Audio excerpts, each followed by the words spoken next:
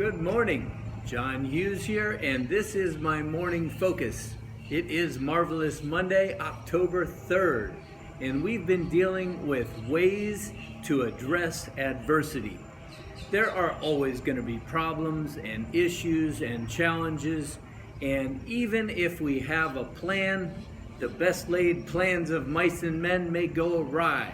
So what are we going to do when life throws us a curveball?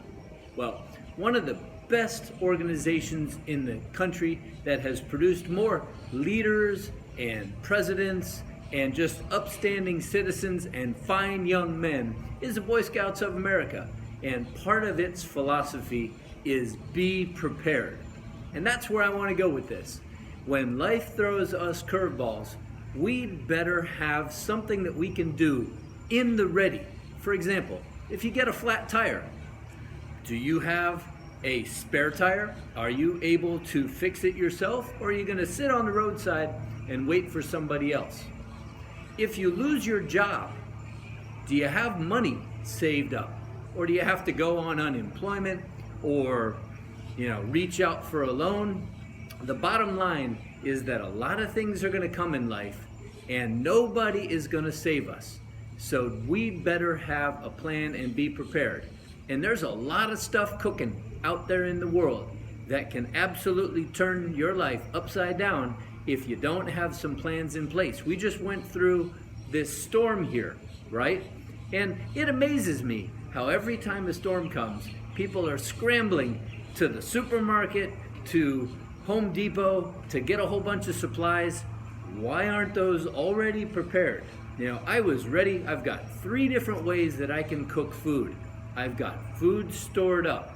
Okay, so that's one thing that I'm going to recommend is there are all sorts of problems with agriculture and droughts and famine. And if you haven't noticed, there's serious inflation going on.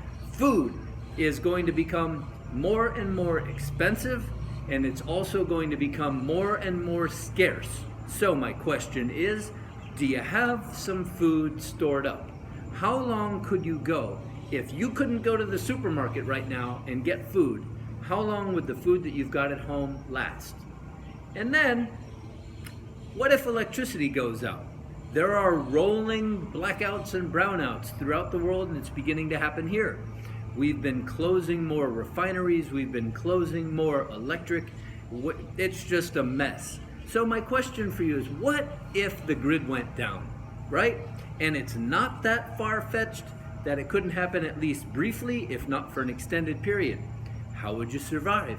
Do you have basically what amounts to emergency supplies, candles, and do you have water stored up or some way of getting water, filtering it, drinking it? What if you couldn't get money out of the bank? What if the ATMs, what if the whole banking system shuts down? Do you have cash available? The statistics show that the majority of United States people couldn't weather just a short emergency if they needed to get to even $500, right? Would you have to borrow it? Would you have to put it on a credit card? What would you do?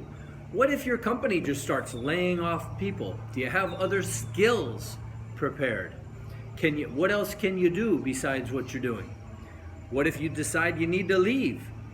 So the bottom line is that we need to be prepared for everything. How about your health? Are you doing things on a regular basis to keep yourself as healthy and fit as possible? Because, oh my goodness, didn't we just get locked down for this crazy thing that happened to us for a couple years? Who saw that coming? Well, the bottom line is that we had better be prepared to take care of ourselves and those that we love. Let's have some food available. Let's have water available. Let's have some extra cash available. Let's be in the best shape that we can be. Let's have tools and supplies and protection. What if you've got some of these things and other people haven't prepared as well as you, and they come knocking to come take your stuff away? What are you going to do? The bottom line is we've got to be prepared for whatever happens. I suggest having, for example, getting back to my flat tire, make sure you've got a spare tire. Learn how to fix it. You can watch YouTube videos on that. If you're strong enough, you could plug it yourself. You could have a compressor. Having lots of tools around is a good idea to cut firewood, for example. So think about what could go sideways and what could you do to protect your finances, to make sure that you've got some sort of hedge against inflation. Are you speaking with a professional in the finance world to be prepared for whatever happens? The stock market is all crazy. The banks are all crazy. There's wars and rumors of wars going on there. Companies are beginning to lay off. All kinds of stuff is coming at us. And there is a thought that if you take a frog and you throw it in a pot of boiling water, it'll jump out. But if you take that same frog and put it in a pot of cold water and put it on the stove and turn it on low, it won't jump out.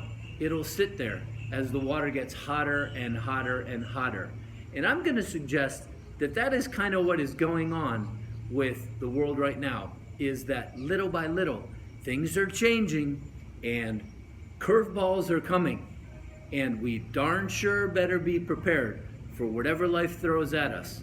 And then, when this is all over, are you prepared with that important relationship, whatever that means to you, deep down in your soul? Do you know where you're going to spend eternity?